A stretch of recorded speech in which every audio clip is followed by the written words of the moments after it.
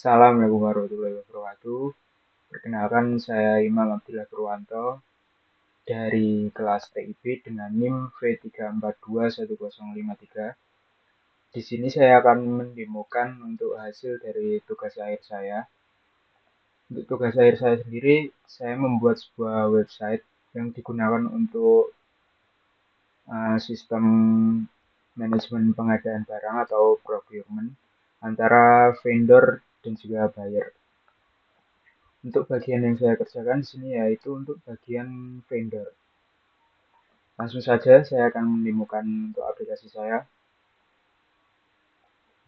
Untuk tampak depannya ini merupakan landing page dari aplikasi website procurement yang kita buat yang bernama Priska. Untuk landing page-nya seperti ini.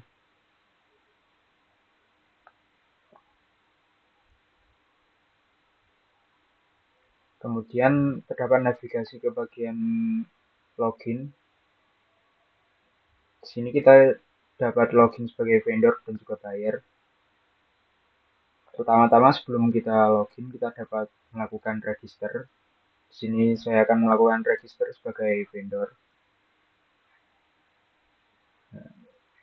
Untuk register sebagai vendor di sini dapat mengisikan nama perusahaan, email, password confirmation, dan juga untuk nomor teleponnya. Kemudian di sini juga dapat sign up atau register dengan Google. Saya akan melakukan sign up dengan Google.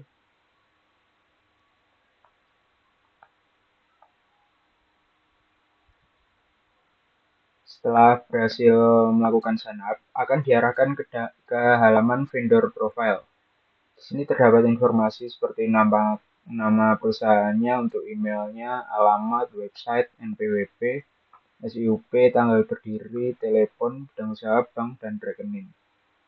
Pada halaman ini kita dapat melakukan edit profile. Langsung saja kita klik pada tombol edit profile, maka akan menampilkan text field untuk mengedit informasi data-data dari vendor. Jika sudah, bisa klik submit saja. Maka akan muncul pop-up sukses. Ya, kemudian lanjut ke halaman dashboard. Dashboard awalnya untuk vendor seperti ini. Di sini terdapat product list. Dalam product list ini terdapat product name, product group, untuk harga, statusnya. Kemudian di sini terdapat action button yang digunakan untuk mengedit dan juga menghapus dari produk. Kemudian di sini terdapat juga untuk fitur search dan juga filtering produk. Kemudian pada halaman dashboard ini ada juga untuk tombol add product. Untuk halaman add produknya seperti ini. Terdapat beberapa field yang dapat diisi untuk data-data kelengkapan produk. Di sini dapat menginputkan gambar produknya.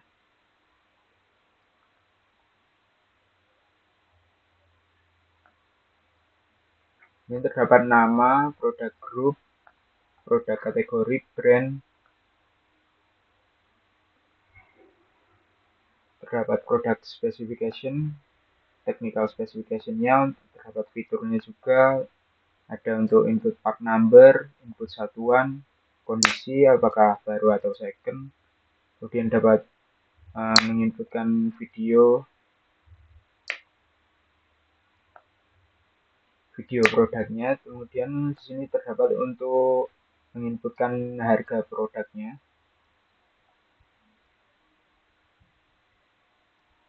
Kemudian terdapat juga untuk diskon di sini. Untuk currency-nya atau mata uang, payment terms. Kemudian ada untuk purchase quantity untuk minimum dan maksimumnya. Kemudian ada price expiration date atau waktu tenggatnya. Kemudian terdapat etalase di sini, terdapat stok juga. product weight atau berat harga. Di sini terdapat grosir dan eceran dan harganya. Kemudian terdapat juga untuk informasi tambahan seperti tag, warranty, maintenance. Kemudian terdapat juga untuk membuat barang tersebut menjadi aktif di katalog.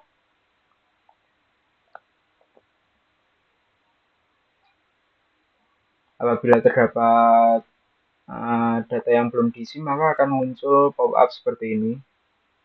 Harus diisi terlebih dahulu.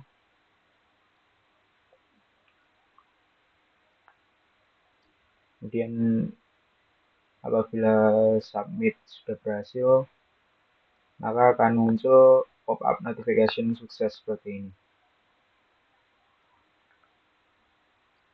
Kemudian untuk halaman produk di sini merupakan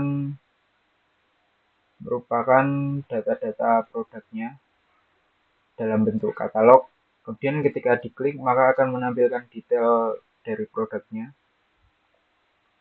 Di sini terdapat product specification, kemudian terdapat order informasi.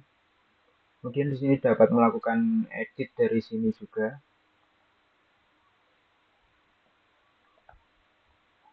Kemudian untuk bagian quotation list. Jadi untuk page quotation list ini adalah digunakan untuk menampilkan data-data quotation yang dikirimkan dari buyer. Jadi setelah buyer membuat purchase request, maka akan send quotation kepada vendor. Kemudian di sini terdapat informasi seperti quotation code, company name, waktu quotationnya, dan juga terdapat action button untuk melihat detail.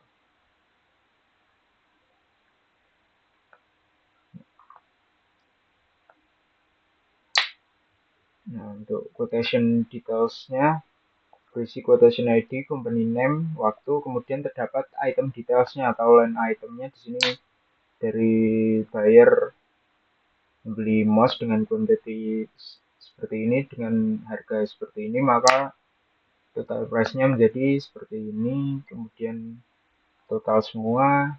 Kemudian terdapat harga ongkir juga di sini.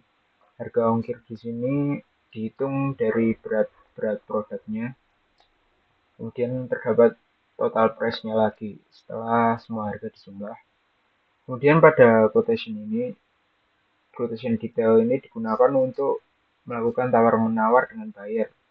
Di sini terdapat fitur chat juga antara vendor dan juga buyer.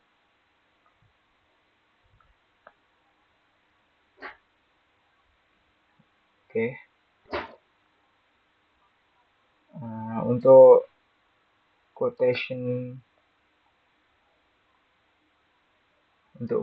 yang belum fix atau masih dalam proses tawar-menawar, di sini terdapat tombol edit quotation yang digunakan untuk mengubah harga dari produk price-nya. Jadi di sini misal produk price-nya berubah,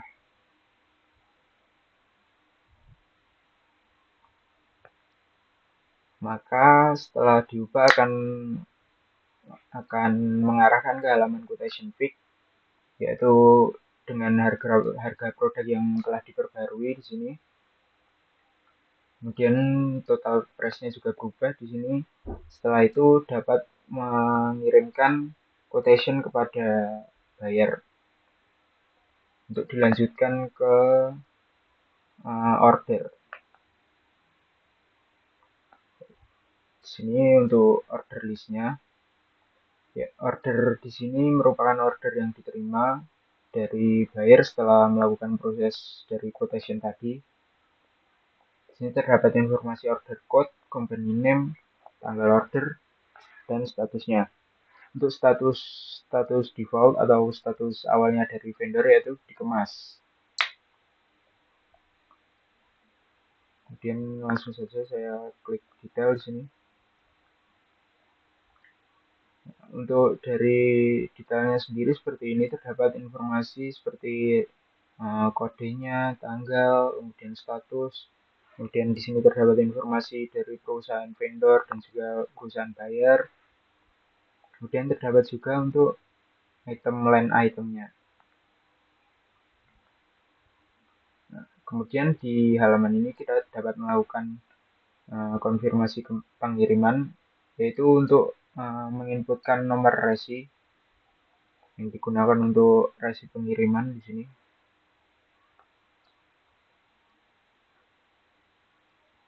Langsung kita submit, maka akan tampil seperti ini, sukses, dan nomor resinya akan tampil di sebelah sini. Kemudian statusnya akan berubah menjadi dikirim.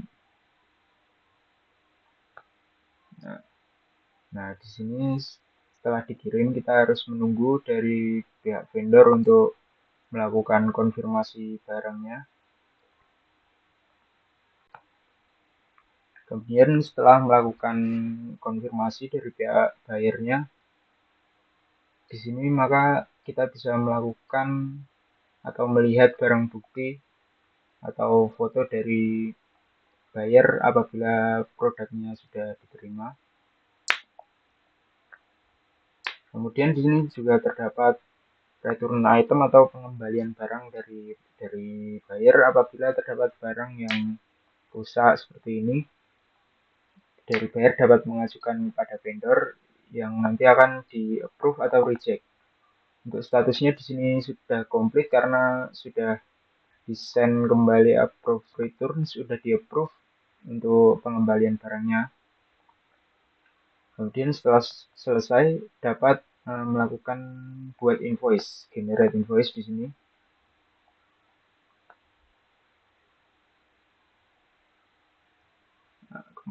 Nah, kemudian statusnya menjadi selesai.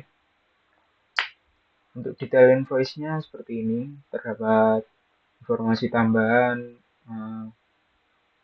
tanggal akhir pembayarannya, terdapat status untuk terdapat bank dari vendornya dan nomor rekeningnya juga di sini.